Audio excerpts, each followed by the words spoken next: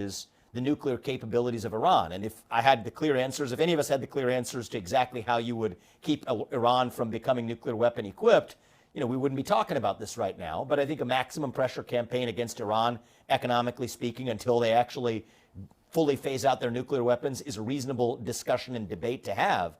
I think we can avoid doing some really stupid things that we've done along the way, though, in the meantime, this year. Think about the discussion around transferring nuclear technology to Saudi Arabia. Now, why would you ever want, and Saudi Arabia, which got some of the deepest energy reserves in the world, clearly doesn't need nuclear plants, so that technology would be used for nuclear weapons. Why would you ever want the Saudi kingdom to have nuclear weapons? Well, it's even one step worse than that, right? We've done civilian nuclear technology transfers. I think we've done something like 27 deals with 43 countries. Yes. Saudi Arabia did not want the terms of those traditional civilian nuclear technology transfers because they require oversight and monitoring to make sure you're not using them for military purposes. So the idiocy of this, and it's not just Biden. I mean, Biden's idiocy is high, but there's Republicans going along with him to say that as a condition for getting Saudi Arabia into some type of expanded diplomatic deal with Israel, we were going to offer security guarantees to Saudi Arabia, and furthermore, that we were going to offer this nuclear transfer on terms that were different than the historical civilian nuclear transfers. So the idea is to counterbalance Iran, I assume. But actually, if you look at it the other way, we've had I'm not saying it's a comfortable balance of power, but there has been something resembling a balance of power. This is this summer we're talking about it, Tucker, and this is an uncomfortable topic, but we can't just dismiss the possibility that these two things are entirely unrelated.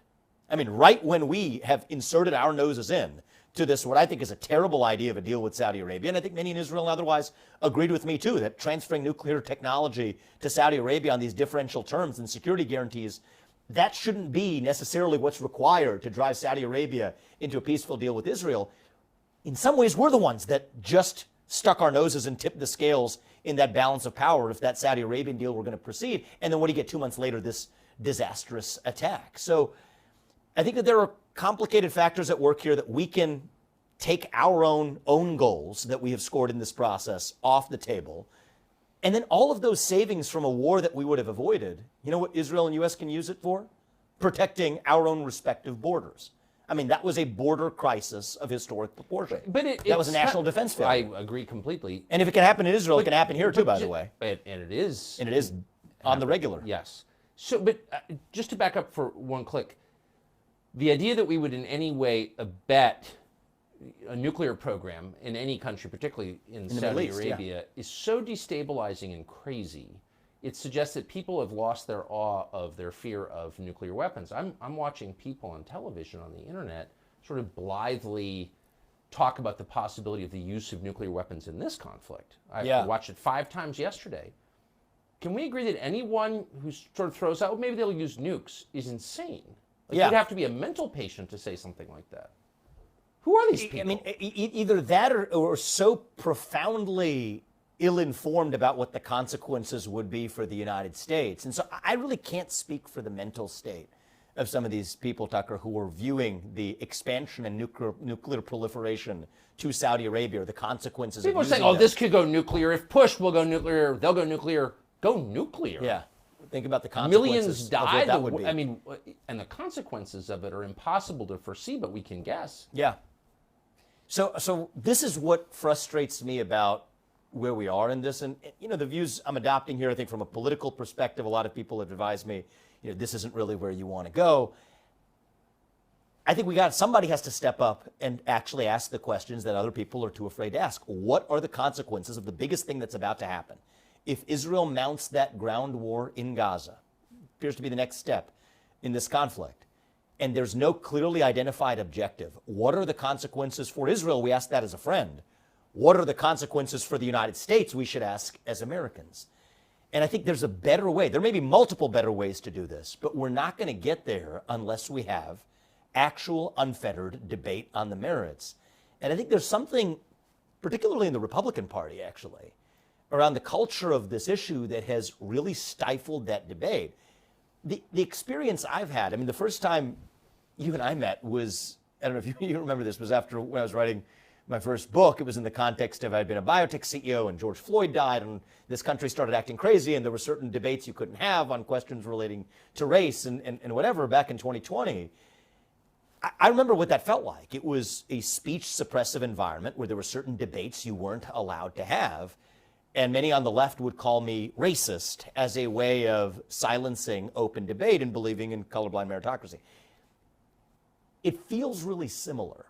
It feels really similar in a different way right now, where isolationist has become the new racist, a new label to use as a substitute. Bigot, saying that you hate Israel. Exactly, or whatever. You could fill in the blank for whatever the silencing label would be.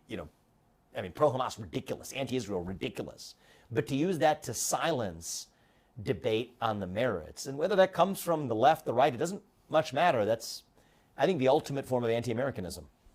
Yeah, I have to say, if you're attacked for asking what's good for the United States and asking that as an American who's trying to lead the country, if that's considered out of bounds, if you're being denounced by Republicans for saying that, roundly, then the whole America First thing was just a lie. Yeah, I think it wasn't a lie when it comes to the people of this country. I think a lot of the people in the leadership, though, would like to believe it was a lie, like to believe that it was a passing phase, an attachment to one man, where this is a broader vision that goes beyond. Well, it's just common any sense. Individual. If you live here and you've got children, put this country first. Well, that's your job. Yeah, it's a moral obligation. It's a little weird that people are picking sides, and the Capitol got invaded by these lunatics, pro-Hamas lunatics, and then people are taking the pro-Israel side. But I haven't heard anybody say, well, I have views on all this, and I like Israel better than Hamas, but ultimately I'm for America. Mm-hmm. Why? That seems like the natural position for Americans to take. I think it's the more trustworthy position for Americans to take, not only with people at home. That's the moral obligation of an American leader.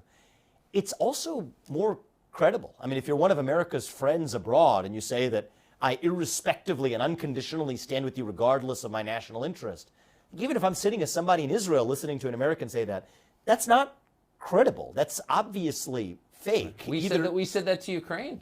Yeah, we said that. Don't believe us when we say that. Yeah, it doesn't make any sense. And our adversaries I think we can draw clearer red lines when we're just honest about the fact that U.S. leaders should act in the U.S. national interest. And the fact that that's become controversial, I think, shows how far our mistaken foreign policy establishment has come. But there's a better way to do this.